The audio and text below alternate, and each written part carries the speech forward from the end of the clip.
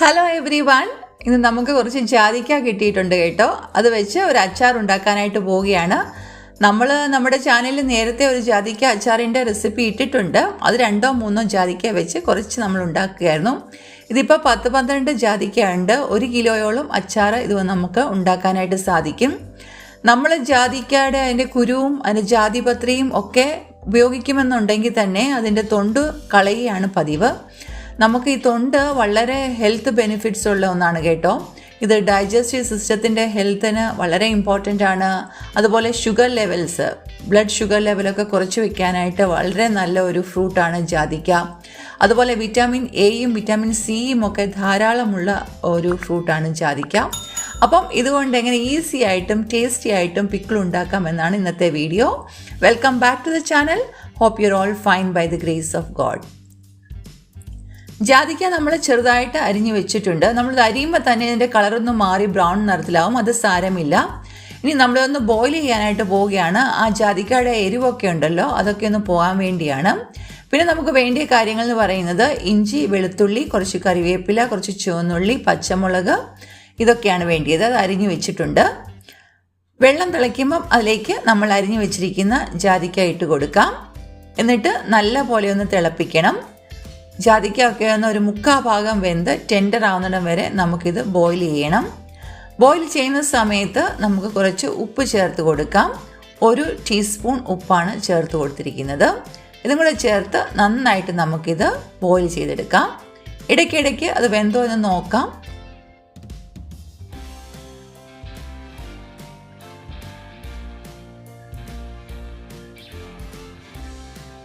ഇത് വെന്തിട്ടില്ല. കുറച്ച് നേരം കൂടെ നമുക്ക് ബോയിൽ ചെയ്യേണ്ടി വരും.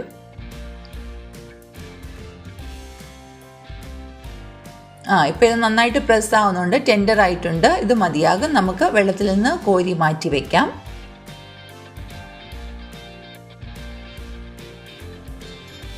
ഇനി അച്ചാർ ഉണ്ടാക്കാനായിട്ട് നമുക്ക് 2 ടേബിൾ സ്പൂൺ നല്ലെണ്ണ എടുത്തിട്ടുണ്ട്. അതിലേക്ക് 1/2 ടീസ്പൂൺ വെച്ച് കടുകും ഉലുവയും ഇട്ട് കൊടുക്കാം.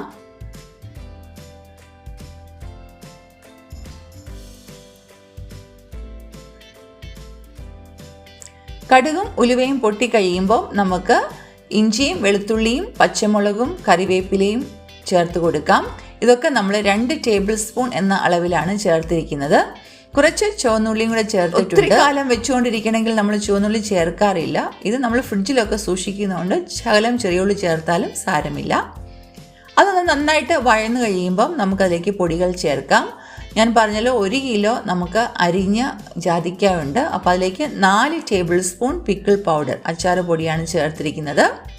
പിന്നെ ഒരു നല്ല നിറം ഒക്കെ കിട്ടാനായിട്ടും ഒരു നല്ല ഫ്ലേവറിനും വേണ്ടി 2 ടേബിൾ സ്പൂൺ കാശ്മീരി ചില്ലി പൗഡറും നമ്മൾ ചേർത്ത് കൊടുത്തിട്ടുണ്ട്. പിന്നെ നമ്മൾ ചേർക്കുന്നത് 1/2 ടീസ്പൂൺ കായപ്പൊടിയും കൂടിയാണ്. അതും ഒന്ന് നന്നായിട്ട് വഴറ്റി കൊടുക്കാം. ഇനി നമുക്ക് ഇതിലേക്ക് പുഴുങ്ങി വെച്ചിരിക്കുന്ന ജാതിക്ക ചേർത്ത് കൊടുത്ത് നന്നായിട്ടൊന്ന് മിക്സ് ചെയ്യാം.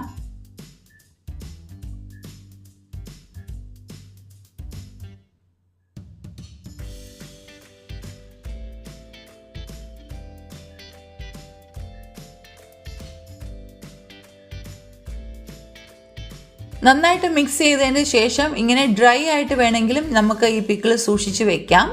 എന്നാൽ കുറച്ച് ഗ്രേവി വേണം എന്നുണ്ടെങ്കിൽ നമ്മളിതിനകത്ത് ആഡ് ചെയ്യുന്നത് വിനാഗിരിയാണ്. 1 ഗ്ലാസ് വിനാഗിരി ഇവിടെ നമ്മൾ ചേർത്ത് കൊടുക്കുകയാണ്. 1 ഗ്ലാസ് വിനാഗിരി ഒഴിച്ചാലും നമുക്കിത് വളരെ ഇങ്ങനെ തിക്കായിട്ടുള്ള ഒരു ഗ്രേവി ആയിരിക്കും കിട്ടുന്നത്. ഒത്തിരി ചാറ് വേണമെങ്കിൽ തിളപ്പിച്ചാറ്റിയ കുറച്ച് വെള്ളം കൂടെ നമുക്ക് ഉപയോഗിക്കാവുന്നതാണ്. എന്നാൽ അതിൻ്റെ ആവശ്യമില്ല. വിനാഗിരി മാത്രം ചേർക്കുന്നതായിരിക്കും ടേസ്റ്റി. അപ്പോൾ നമ്മുടെ അച്ചാർ അവിടെ റെഡി ആയിട്ടുണ്ട്. ഒന്ന് ചെറുതായിട്ട് തിളയ്ക്കുമ്പം ഉപ്പൊക്കെ ഒന്ന് നോക്കുക. ഉപ്പൊക്കെ വേണമെങ്കിൽ കുറച്ചും കൂടെ ചേർത്ത് കൊടുക്കുക. എന്നിട്ട് നന്നായിട്ട് മിക്സ് ചെയ്ത് ഒരു 1/2 മിനിറ്റും കൂടെ തിളയ്ക്കുമ്പം നമുക്ക് ഓഫ് ചെയ്ത് വെക്കാം. അപ്പോൾ നമ്മുടെ അച്ചാർ റെഡിയാകുന്നതാണ്. ഒരുപാട് നേരം പിന്നെ ബോയിൽ ചെയ്യേണ്ട കാര്യമില്ല. നമ്മൾ ഓൾറെഡി എല്ലാം നന്നായിട്ട് കുക്ക് ചെയ്തതാണല്ലോ. അപ്പം ഇന്നത്തെ ഈ ഈസി റെസിപ്പി നിങ്ങൾക്ക് എല്ലാവർക്കും ഇഷ്ടമായി എന്ന് കരുതുന്നു. ഓഫ് ചെയ്ത് വെച്ചിട്ട് തണുക്കുമ്പോൾ ഗ്ലാസ് ജാറിലാക്കി സൂക്ഷിക്കാവുന്നതാണ്. ഫ്രിഡ്ജിലൊക്കെ സൂക്ഷിച്ചാൽ വർഷങ്ങളോളം ഇത് കേടുകൂടാതെ ഇരിക്കുന്നതാണ്. അപ്പോൾ ഇന്നത്തെ ഈ റെസിപ്പി ഇഷ്ടമായെങ്കിൽ ലൈക്കും ഷെയറും ഒക്കെ ചെയ്യുക. ഇന്ന് നമ്മുടെ ചാനൽ ആദ്യമായിട്ട് കാണുന്നവർ ആരെങ്കിലും ഉണ്ടെങ്കിൽ സബ്സ്ക്രൈബ് ചെയ്യുകയും നിങ്ങളുടെ കൂട്ടുകാരിലൊക്കെ എത്തിക്കുകയും ചെയ്യുക. സബ്സ്ക്രൈബ് ചെയ്യുന്നതിനോടൊപ്പം ബെൽ ഐക്കണും കൂടി പ്രസ് ചെയ്താൽ നോട്ടിഫിക്കേഷൻസ് ഒക്കെ നിങ്ങൾക്ക് ലഭിക്കുന്നതാണ് സമയത്തിന്.